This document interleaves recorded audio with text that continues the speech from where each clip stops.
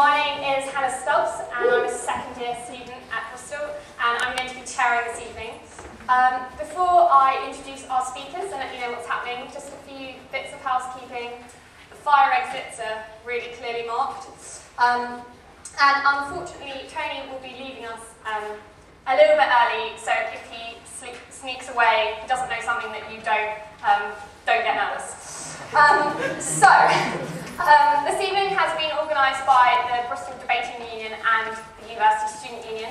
I'm sure we'll show our appreciation to them at the end. Am I squealing? No? Okay.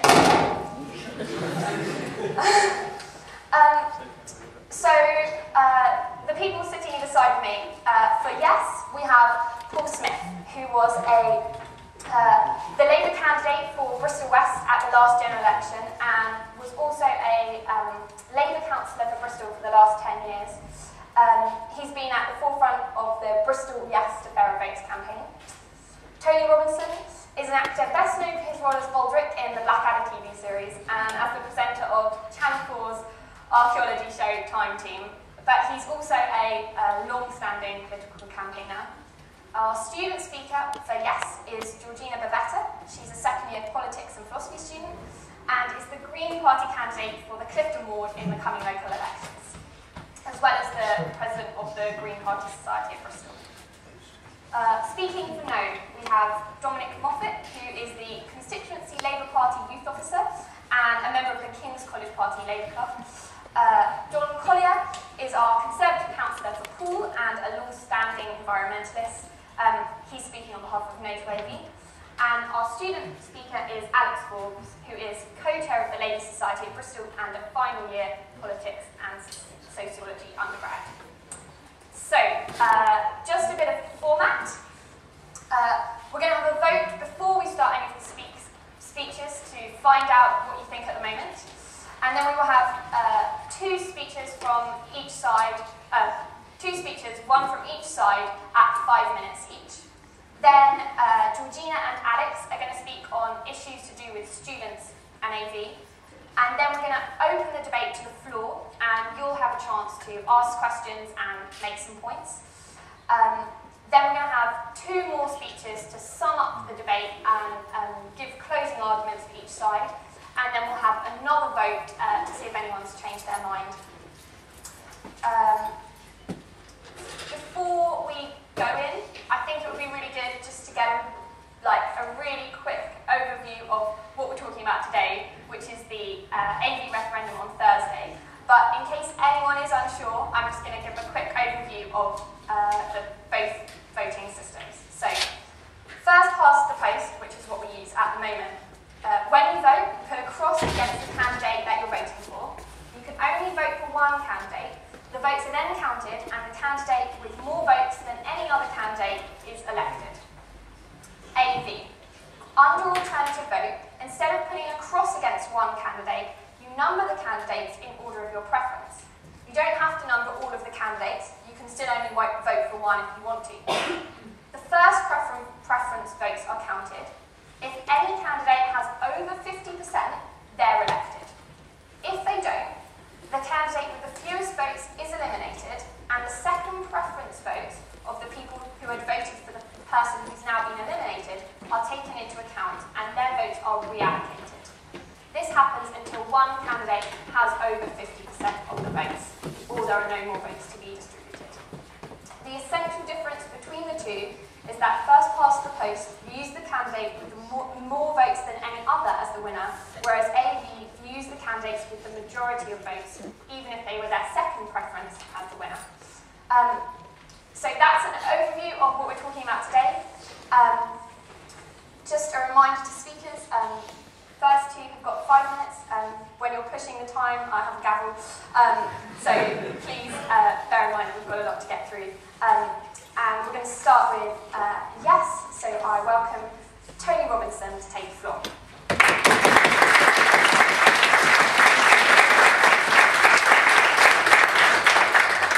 Thanks, Chair. Apologies that I've got to dash off. It's just that for some reason I was double booked and I've got to speak at another meeting at 8:30, so I'll be leaving at about 8:10, but it's not because I don't think this debate isn't important, because I think it's very important. Two main reasons why I have supported AV for a long time.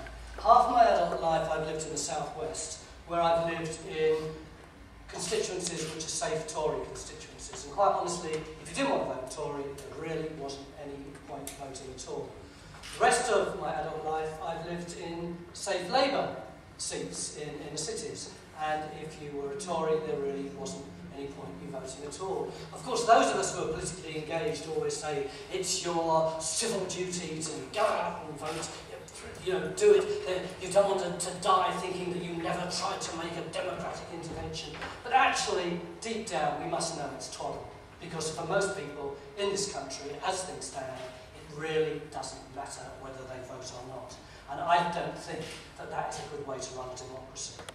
The other thing which has always worried me is that in safe constituencies, the MP only has to protect their core vote, because they're going to deliver the 30-35% or whatever it is that they need to get him or her elected.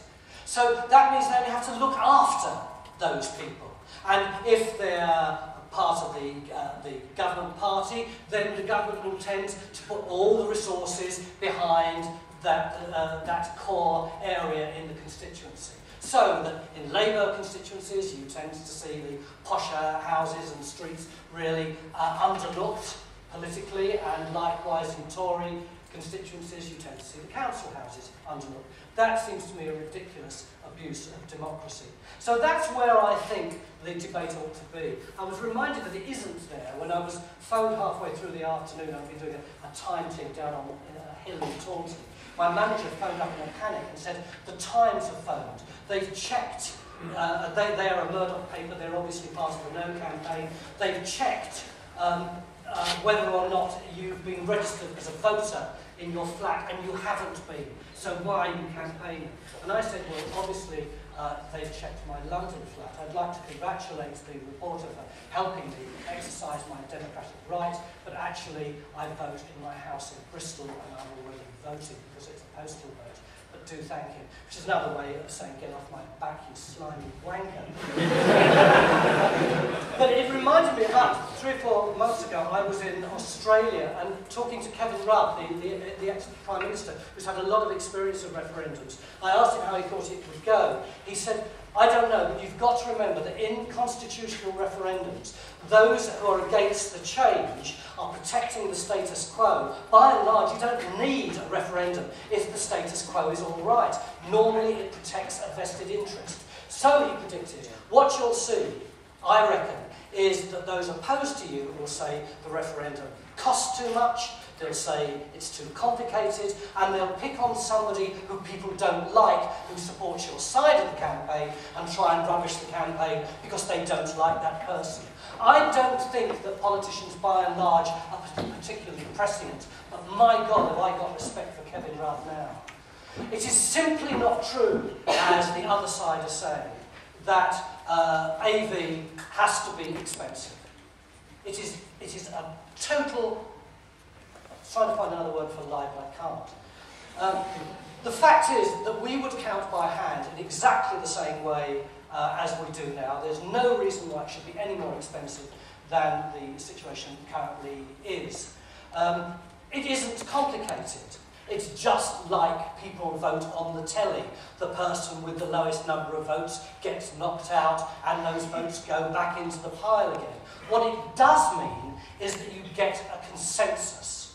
And as far as I'm concerned, working towards a consensus is what democratic politics ought to be all about. Finally, there's this notion that Nick Clegg wants it, we don't like Nick Clegg, therefore we must vote against AV.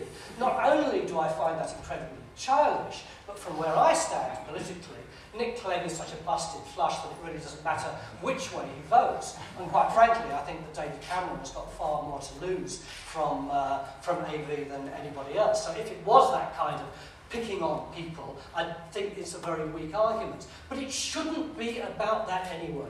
This is about democracy. This oughtn't to be about which party will it benefit. And I've heard people in the Labour Party and in the Tory who say, I'm not going to support AV because I don't think it'll benefit my party.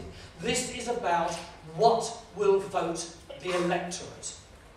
And if you can be persuaded by the end of today that what will vote for the electorate is AV, then I really suggest, as Democrats, you vote for AV. And I hope you